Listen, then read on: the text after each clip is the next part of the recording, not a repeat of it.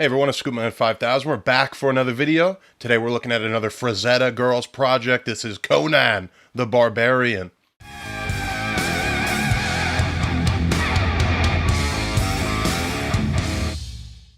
Definitely wanted to check this one out. We looked at Vampirella not too long ago. I was very impressed with that figure. They've also made the Fire and Ice selection. So we're going to take a look at him. Beautiful box art here. The name of the game with Frazetta is the artwork. It's a nice NECA style packaging like we saw with Vampirella. So the famous cover art in the front. You actually on the side have a recreation using the figure. And then on the back it reads, featuring a premium new articulation, lifelike sculpting, this collectible figure brings Frazetta's version of Robert E. Howard's Conan the Barbarian to life. And it certainly looks like a lot of accessories based on the list here. And I love that they tell you who sculpted it, who designed it, even down to the figure photography. Go ahead, open this guy up. See another quote there from Frank Frazetta, basically saying, to hell with realism, he's got to look jacked. A window into the figure. So we're going to go ahead, we're going to open this guy up, and we're going to take a look at Conan.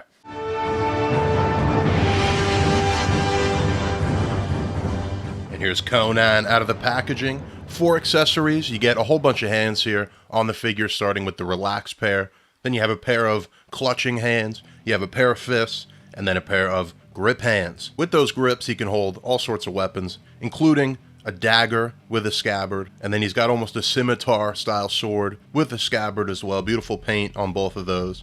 And then he's got 2 battle axes, one single and one dual. He's also got an awesome weathered up shield. He's got a studded gauntlet for his left side. This is similar to an accessory we got with Vampirella. And then for the heads, you start out with the neutral expression and the long hair. The hair can be removed, just like Vampirella. You can put the helmet on him, and that also means you can use either the helmet or the hair with this angry head sculpt with some nice hoop earrings.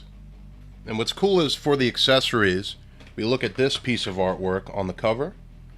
Those battle axes are straight out of it. So there's that single axe, there's the battle axe, and there's the shield. And then on the inside, this famous image of Conan, you definitely see the sword here and the scabbard recreated perfectly. You got the sword and then that sheathed knife right here. So all recreated in excruciating detail, really faithful to the artwork of Frazetta. And that brings us to the figure, and he is jacked and he is tan. He's got a nice olive skin tone on him, and it's definitely got some shading here, a little lighter washes going on, and that brings out all the striation, all the musculature. He's got scars sculpted in across his chest here, on his shoulders. So this guy's been to battle. Just like that quote said, you got to make him jacked, and they did a fantastic job here. One of the best muscular bodies I've ever seen, in terms of sculpting at least, right? Like he's got the roid gut, he's got like the abs sticking out, bulging out on top of the belly, the pecs, the lats, the veins on his arms, down into these quads, and all that stuff is beautiful, right? And this is Conan, you know, oh, looks a little naked down there, but that's how it is, man. Conan the Barbarian, you know, is the template, I think. It's the original, like, pulp barbarian. Head sculpt is fantastic. Definitely a mean mug on him, and just the square nature of him, and the eyes have this gloss on top of them with the painting. It's not overly done, it's not overly detailed, but the sculpt really speaks for itself. And then these golden earrings you got going on.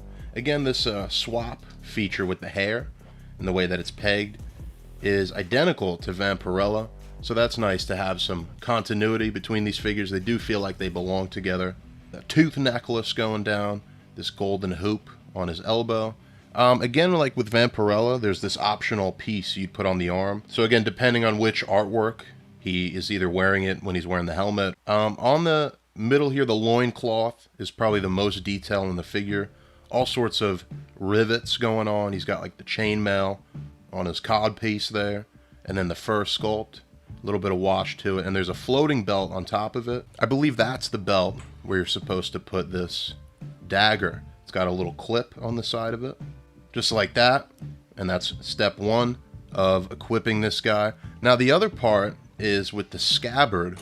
It has a real chain, and I see one loop here. Hook that in like an ornament, so that's one aspect of it. If I can find another loop, we'll try to get this on the figure as well. Or I guess we could hook it into the belt. We'll try that. And this is when having fat ass fingers is not ideal. Well, I can't seem to figure that out, but I'm sure it does work. It does seem designed in such a way. I'll probably try to attempt that for any photography. And then yeah, down to the legs here, nice double joints at the knee as compared to the singles that are at the elbow. But otherwise, in terms of how the arms are laid out, it's just a cut at the elbow, single elbow swivel. And I do think the ankles are pretty great on this guy. This one was a little stiff, but they feel good. They feel like how an ankle should be engineered. Overall, I mean, great stuff. It's hard to really go into so much because it is a mostly nude figure, but that sculpt work is phenomenal. That's probably like the best muscular sculpted body that I own, and that's what you want with Frazetta, right? Because he was known for that. The barbarians and then the babes, and they were all of them voluptuous and thick and muscular. So great job on that department. So now we'll go ahead, we'll do some comparisons. I'll see what I can pull out of my collection to go with this guy. And we'll kick things off here with my two Frazetta figures. Here's the Vampirella with Conan the Barbarian. And these look great. I like the scale of them. I like how the sizing is, not just the height, but the musculature. You know, Vampirella, she got some thighs on her, but it's nothing compared to the roidy goodness of Conan. So this works. These two I could see interacting and existing together, and that's good. You want that with your icon, your figure line. You could see some other figures that Frazetta made with this card. That's the Fire and Ice crew. This is another barbarian. They all play nice together, and that's good to see. Another one I have, sort of in that genre, is this Golden Axe, Tyrus Flare, I think is her name. And she also comes with this big dragon. That could be something cool for him to fight. Now, I definitely wanted to see him with this crew.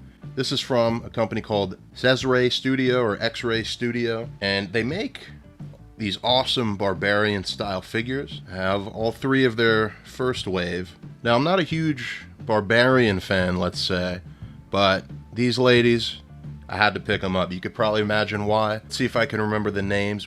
Tadala, Vlattia, and I don't remember this one, even though she's my favorite, this sort of Mediterranean looking one. But all three of these I could see with Conan. You know, in that movie with Arnold, he's got that warrior babe with him. He's always got babes. So these could be in that crew, and I think they're the right size and thickness to go along with them. Then I wanted to see this. I think He-Man definitely takes a lot from Conan, from the barbarian fantasy style. So here he is with two Masterverse figures. This is the 40th anniversary style, and then this one is the Savage He-Man, who fits pretty well in terms of the theme here. Just a loincloth and a spear. And then for some Masterverse women, who I think Masterverse probably makes the best looking female figures, at least like mass market. So here we go with She-Ra, and then this is Snake Teela, which is a fantastic character design. Bravo to whoever made Snake Teela.